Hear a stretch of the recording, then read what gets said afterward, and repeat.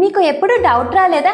మన ఫెస్టివల్స్లో సంక్రాంతి మాత్రమే ఎప్పుడు ఒకే టైంకి వస్తుంది, కానీ రిమైనింగ్ ఫెస్టివల్స్ మాత్రం కొన్ని డేస్ అండ్ మంత్స్ వేరీ అవుతూ ఉంటాయి. ఎందుకలా?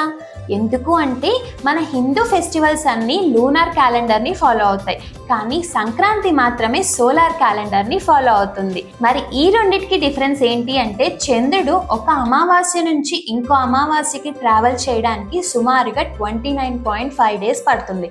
అంటే 12 మంత్స్ కంప్లీట్ అవ్వడానికి అప్రాక్స్గా 354 డేస్ అవుతుంది. అందుకే తిథి బేస్డ్ ఫెస్టివల్స్ అన్నీ కొన్ని మంత్స్ వేరియేషన్లో వస్తాయి.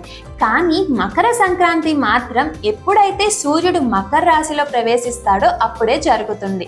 సూర్యుడు ఒక రాశి నుంచి ఇంకో రాశికి షిఫ్ట్ అవ్వడానికి పట్టే డేస్ 30.3 డేస్. అప్రాక్స్గా 12 రాశులు కంప్లీట్ అవ్వడానికి 365 డేస్ పడుతుంది.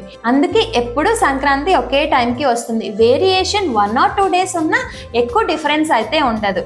మరి మన ధర్మంలో దాగున్న రహస్యాలు ఎన్నో ఉన్నాయండి.